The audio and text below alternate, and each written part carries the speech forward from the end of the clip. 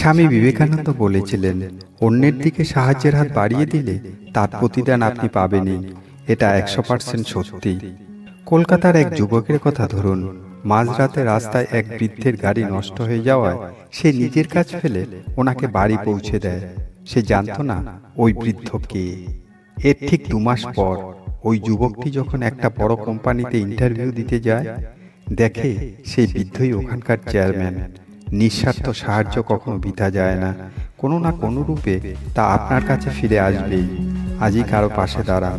স্বামী বিবেকানন্দ বলতেন, মানুষ যা কিছু চিন্তা ভাবনা করে তাই তার জীবনে ঘটে।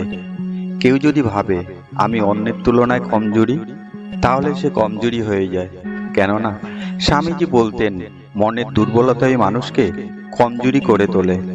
আমাদের মনের স্বভাব হলো আমরা যা চিন্তা ভাবনা করি তাই হয়ে যাই।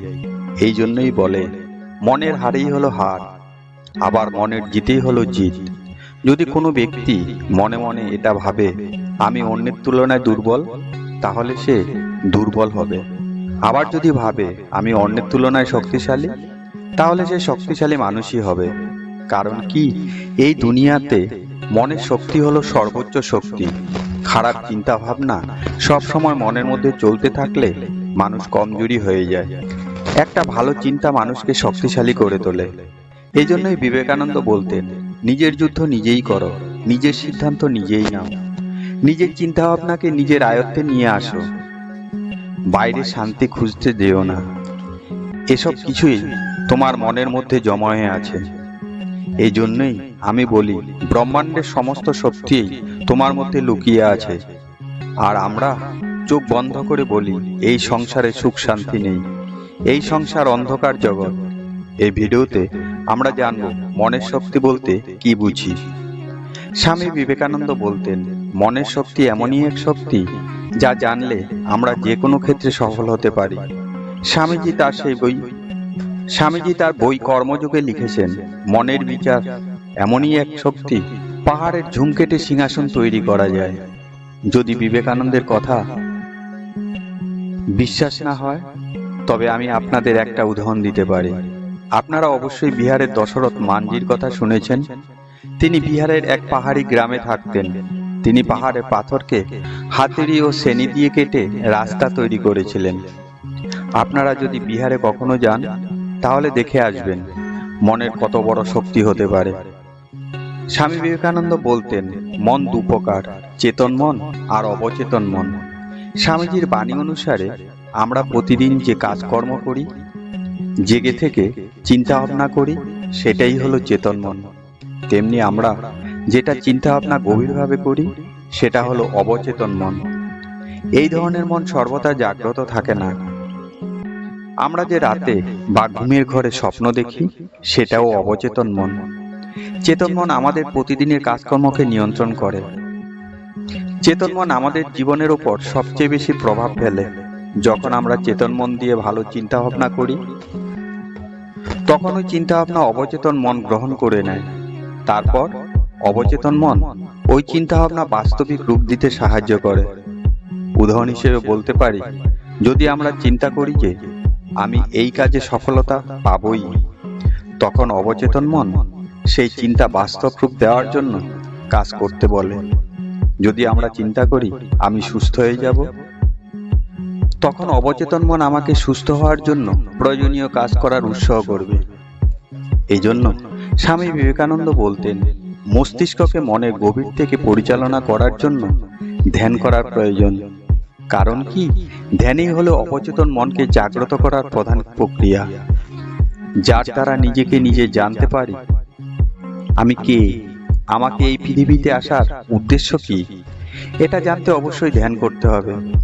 ধ্যান শুরু করার পূর্বে ধ্যান সম্পর্কে জ্ঞান আছে এমন ব্যক্তির কাছ থেকে জেনে নিতে হবে। তার সঙ্গে যদি ধ্যান করা যায়, তাহলে খুবই উত্তম। ধ্যানের গভীরতা সম্পর্কে আগে জানতে হবে। স্বামী বিবেকানন্দ বলতেন, যে ব্যক্তি নিজের জীবন নিয়ে নিরাশ হয়েছেন, তাকে তার ভেতর থেকে খুঁজে বের করতে হবে। আপনার জীবনে যে কোনো পরিস্থিতি আসুক না কেন, ব্যাস আপনার মনকে বোঝাতে হবে সব ঠিক আছে। স্বামীজি বলতেন, যখন আপনি এটা করতে থাকবেন, তখন থেকে আপনার জীবনের সব সমস্যা দূর হয়ে যাবে।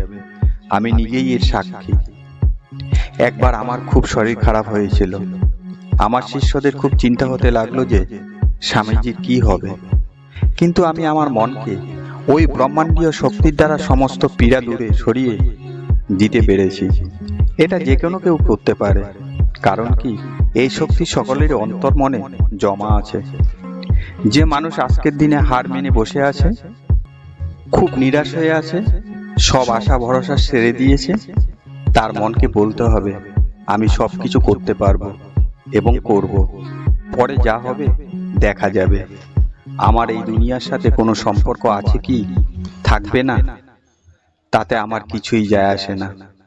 স্বামী বিবেকানন্দ বলতেন, যে ব্যক্তি নিজেকে এই দুনিয়া থেকে উপরে ভাবে, যার জীবিত থাকার জন্য অহংকার থাকে, সেই একমাত্র কর্মযোগী হয়। তার মধ্যে ব্রহ্মাণ্ডের সমস্ত শক্তি বিরাজ করে, যা তোমাকে চিৎকার করতে করতে বলতে থাকে, আরে ছাড় না ভাই, যা হবে দেখা যাবে, চিন্তা করিস না, এখনো অনেক কিছু বাকি আছে, কর্ম করো, তারপর আমি সবকিছু সামলে নেব। কিন্তু বিবেকানন্দ বলেছেন, তোমরা অন্তর্মনের সেই আওয়াজ হারিয়ে ফেলেছ। ওই অন্তর্মনের আওয়াজ তোমার কাছে আসতে পারছে না। কখনো কখনো ওই মন জাগ্রত হয় এবং কিছু সময়ের জন্য ভেতর থেকে বাইরে বেরিয়ে আসে, এবং কিছু সময়ের জন্য তুমি খুশি হয়ে যাও, আনন্দ অনুভব করতে থাকো। যখন তুমি ওই অন্তর্মনকে চিনতে ভুল করবে, তখনই তোমার অন্তর্মনে দুঃখ ও চিন্তা ঘিরে ফেলে। স্বামীজি বলতেন, যখন তোমার মধ্যে দুঃখ ও চিন্তা অনুভব হবে, তখনই বুঝবে ওই ছোট্ট মন এখনো তোমার মধ্যে জীবিত আছে। তোমার পুরো ধ্যান তার উপর অর্পণ করো এবং চিৎকার করতে করতে বলতে থাকো, এখনো আমাকে বেঁচে থাকতে হবে। অন্তর্মন কি এই খাঁচার মধ্য থেকে বাইরে বের করতে হবে। তুমি তোমার ভালো দিনগুলোর কথা মনে করতে থাকো। স্বামী বিবেকানন্দ বলতেন, বন্ধু, এটা হলো এক প্রকার ঘুম। এই ঘুম থেকে ওঠো, তোমার শুভ শক্তিকে জাগ্রত করো। সকালবেলার সময় খুব কঠিন হবে, কিন্তু বলবে, উঠবো, করব, কি আছে এই জীবনে, সবকিছুই তো খারাপ, কি আছে আর এই জীবনে, এই অন্ধকার জীবনে বেঁচে থেকে কি লাভ। আর চারদিকে অন্ধকারই মনে হয়, কিন্তু আপনি এটা কখনো করবেন না। এটা করার আগে আপনার অন্তর্মনের আওয়াজ একবার শুনে নিন, যে আপনাকে সবসময় বলছে, আমি তোমাকে ভেঙে পড়তে দেব না।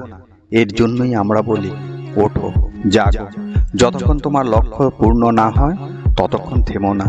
বন্ধু, যদি আপনার মানসিক স্থিতি নেগেটিভ হয়ে যায়, আপনি ডিপ্রেশনে ভুগছেন, টেনশন করছেন, জীবনের রাস্তা হারিয়ে ফেলেছেন, এটার থেকে বাঁচতে আপনার পছন্দ মতো যে কোনো কাজ করতে থাকুন। আপনার এই খারাপ মনকে খারাপ চিন্তা করার জন্য কোনো সময় দেবেন না। বিবেকানন্দ বলতেন, প্রত্যেক মানুষ পজিটিভ হয়, তারা পৃথিবীটাকে ভালো চোখেই দেখতে পায়। যখনই মনে পুরনো স্মৃতি ভেসে ওঠে, তখনই আবার মন নেগেটিভ হয়ে যায়। স্বামীজি বলতেন, আপনি হিন্দু, মুসলমান, খ্রিস্টান, বৌদ্ধ, যে ধর্মেরই হন না কেন, আপনি যদি তার উপর সমস্ত ধ্যান ধারণা অর্পণ করেন, এটা আপনাকে করতেই হবে, কারণ এটাই হলো আপনার শ্রেষ্ঠ উপায়। আর আপনাকে একটা কথা 10 বার করে লিখতে হবে, যেমন, আজকের দিনটা আমি খুব ভালোভাবে কাটাবো, আমার ভালো কাজগুলোই করব। আপনাকে 2 মিনিট ঈশ্বরকে ধন্যবাদ দিতে হবে। আপনার জীবনের ভালো কিছু হওয়ার জন্য আপনাকে প্রকৃতিকে ভালোবাসতেই হবে, কারণ কি প্রকৃতি ঈশ্বরের স্বরূপ। শান্ত মনে প্রকৃতিকে দেখতে হবে, আর প্রকৃতিকে বলতে হবে, এই বালককে এত দুঃখ কষ্ট কেন দিচ্ছ, আমাকে একটা রাস্তা দেখাও, একটা উদাহরণ দিলে ভালো বুঝতে পারবেন। গণিত বিশেষজ্ঞ রামানুজের নাম অবশ্যই শুনে থাকবেন। একবার রামানুজকে মিস্টার হার্ডি ডেকে পাঠালেন। রামানুজ তার সাথে দেখা করার জন্য ইংল্যান্ডে গেলেন। কিছুদিন সেখানে ছিলেন। তার পাশে একটা কলেজ ছিল। ওই কলেজের কাছেই ছোট বড় গাছের বাগান ছিল। সেখানে রামানুজ গাছেদের সাথে একা একা কথা বলছে। সময়টা ছিল সকাল, কলেজ খোলা ছিল। কলেজের ছাত্ররা রামানুজকে গাছের সাথে কথা বলতে দেখে তাই দেখে ছাত্ররা রামানুজকে নিয়ে হাসি ঠাট্টা করতে মজা নিতে থাকে। তাদের মধ্যে একজন ছাত্র এসে রামানুজকে বলে, এটা আপনি কেন করছেন? এই গাছগুলো কি আপনার কথা শুনতে পাচ্ছে? আর রামানুজ হেসে বলল, তুমি যদি তোমার অন্তর আত্মার মন থেকে কারোর সাথে কথা বলো, তাহলে সে তোমার কথা শুনতে পাবে। সেটা এই পৃথিবীর সৃষ্টির যে কোনো জীবী হোক না কেন। কারণ কি, সৃষ্টি করা প্রত্যেক জীবই হলো প্রকৃতি। এই প্রকৃতিতে ব্রহ্মাণ্ডের প্রত্যেক চেতনাই থাকে, যেটা আমরা অন্তর মন দিয়ে দেখতে পাই। বিবেকানন্দ বলতেন, সাকার রূপের ধ্যান করো, খুশি মনে ঈশ্বরকে বলে দাও, পৃথিবীর শ্রেষ্ঠ জীব আমাকে সৃষ্টি করেছ, আমার জীবনের সবকিছুই আপনার, আপনারই থাকবে। আপনার হাত ধরেই চলতে এসেছি, আপনার হাত ধরেই চলবো। এই দুনিয়াতে আপনি ছাড়া আর কেউ নেই, কেউ আপন নয়। আমি আপনার কোলে শান্তিতে শুয়ে থাকতে চাই। তোমার যেটা পছন্দ হয় তার কাছে যাও, তাকে সবকিছু বলো। সমুদ্র পছন্দ হলে সমুদ্রকে দেখো, পাহাড় পছন্দ হলে পাহাড়কে দেখো, তাদের মধ্যে নিজেকে হারিয়ে ফেলো। একটু ভাবুন, জঙ্গলে শক্তিশালী কে? বাঘ, শিয়াল নাকি সিংহ? না, জঙ্গলের আসল বাদশা হলো বাজ পাখি। বলুন তো, কেন বাজকে জঙ্গলের বাদশা বলা হয়? বাজ এত উঁচুতে উঠতে পারে যে অন্য পাখিরা তা কল্পনাও করতে পারে না। বাকি সব শিকার খোঁজে, কিন্তু বাজ শিকার তৈরি করে। বিদুর নীতিও তাই বলে, যদি আপনি ভেতর থেকে আলাদা হন, জীবনে যদি উপরে উঠতে চান, তাহলে বাজ পাখির মতো হন, ধৈর্যশীল, একাগ্র এবং ভয়হীন। কিন্তু কথাটা হলো, বাজ পাখির মতো হতে হলে কি করতে হবে? শুধু চিন্তা করলেই কি বাজ হতে পারবো? না বন্ধু, এর পেছনে আছে কিছু রহস্য, কিছু সিদ্ধান্ত, যা আজ আপনাদের সাথে শেয়ার করব বিদুর নীতি থেকে। আসুন বন্ধু, এবার সেই নীতিগুলো জেনে নেই। প্রথম নীতি, একা থাকতে শিখুন, ভিন্ন নয়। যখন বাজ বড় হয়, তখন তার দলের থেকে আলাদা হয়ে উঠতে থাকে। কারণ ভিড় শুধু আলোচনা ও চিৎকার করে, কিন্তু কখনো রাস্তা দেখায় না। বিদুর বলতেন, যে একা চিন্তা ভাবনা করে সিদ্ধান্ত নিতে পারে, সে ইতিহাস রচনা করতে পারে। আপনি যদি সকলের ভিড়ের মধ্যে থেকে সিদ্ধান্ত নেন, তখন তাদের উপর নির্ভরশীল হয়ে পড়বেন। আর যদি একা চিন্তা ভাবনা করে সিদ্ধান্ত নেন, তবেই আপনি প্রকৃত নেতা তৈরি হতে পারবেন। মনে রাখবেন, একা থাকাটা কোনো দুর্বলতা নয়, এটা আপনাকে পরবর্তীতে সঠিক সিদ্ধান্ত নিতে সাহায্য করবে। দ্বিতীয় নীতি, সঠিক সময়ে পুরনো পাখনা ঝেড়ে ফেলতে শিখুন। বাজ পাখি যখন বৃদ্ধ হতে শুরু করে, তখন নিজের পালক ও ঠোঁট ভেঙে ফেলে, ব্যথা ও কষ্ট সহ্য করে। কারণ কি, নতুনভাবে শক্তি অর্জন করতে পারে। তেমনি আপনিও আপনার পুরনো অভ্যাস, পুরনো সম্পর্ক এবং পুরনো চিন্তাভাবনা আপনাকে পেছনের দিকে টানতে থাকে। তাহলে কষ্ট হলেও সেগুলোকে ত্যাগ করতে হবে। বিদুর বলতেন, যে পরিবর্তনকে ভয় পায় সে হারের জন্য তৈরি থাকে। পুরনো অভ্যাস ত্যাগ করতে কষ্ট হবে, কিন্তু ওই কষ্ট আপনাকে এক নতুন উচ্চতায় পৌঁছে দেবে। মনে রাখবেন, যে নিজেকে একবার বদলাতে শিখে যায়, সে দুনিয়াকে বদলে দেয়। তৃতীয় নীতি, দূরদৃষ্টি রাখুন। ছোট ছোট কথায় কখনো রাগ করবেন না। বাজ 1000 ফুট উঁচু থেকে নিচে শিকার দেখতে পায়, ছোট ছোট ঝগড়ায় তার মন থাকে না। তেমনি যদি আপনি ছোট নিন্দা ও ছোট অসফলতা থেকে দুঃখী হয়ে যান, তাহলে বড় স্বপ্নকে আপনি কিভাবে হাতের মুঠোয় আনবেন? বিদুর বলতেন, মূর্খ ছোট ছোট কথায় ঝগড়া করে, নিজেকে ব্যস্ত রাখে, কিন্তু বুদ্ধিমান নিজের লক্ষ্য স্থির থাকে। শিক্ষা, ছোট ছোট জিনিসের প্রতি লক্ষ্য না দিয়ে নিজের লক্ষ্যের প্রতি ধ্যান দিন। মনে রাখবেন, যে লক্ষ্যে স্থির থাকে সে কখনো রাস্তা ভুল করে না। চতুর্থ নীতি, সঠিক সময়ের জন্য ধৈর্য সহকারে অপেক্ষা করুন। বাজ ঘন্টার পর ঘন্টা আকাশে উঠতে থাকে, সঠিক সুযোগের অপেক্ষায়। তাড়াহুড়ো করে কখনো স্বীকার করে না। এভাবে জীবনেও কোনো স্বপ্ন তাড়াতাড়ি পূর্ণ হয় না। ধৈর্য রাখতে হবে, কৌশল স্থির করতে হবে। বিদুর বলতেন, যে ধৈর্য রাখতে পারে সে অবশ্যই তার স্বপ্ন পূর্ণ করতে পারে। জলদি সিদ্ধান্ত কখনো সঠিক রাস্তা দেখাতে পারে না।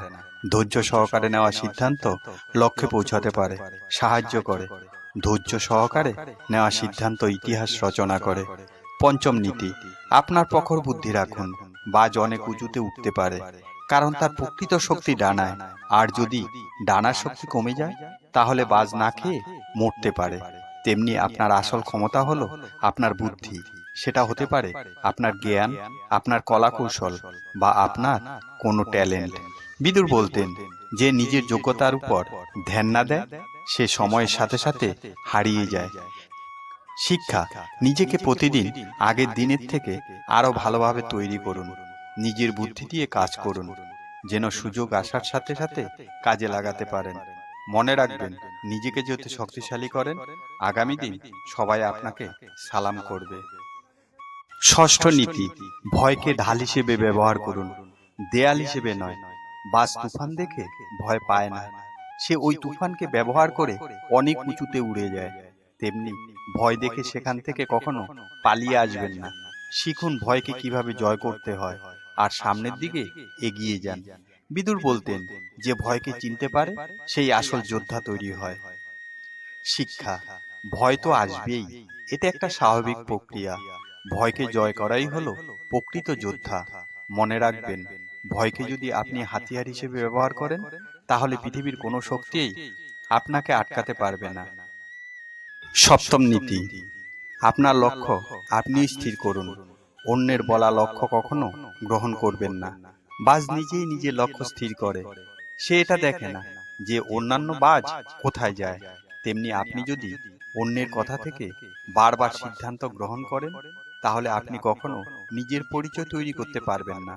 বিদুর বলতেন, যে নিজের সিদ্ধান্ত নিজেই নেয় তাহলে সে নিজেই রাজা হয়।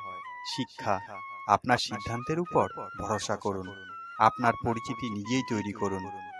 মনে রাখবেন, সত্যি সত্যি ওরা তাকেই বলে যখন আপনি সকলকে পেছনে ফেলে দেবেন। বন্ধু, মনে রাখবেন, জীবন একবারই মেলে, আর বাজ পাখির মতো আমাদের একদিন উঠতেই হবে।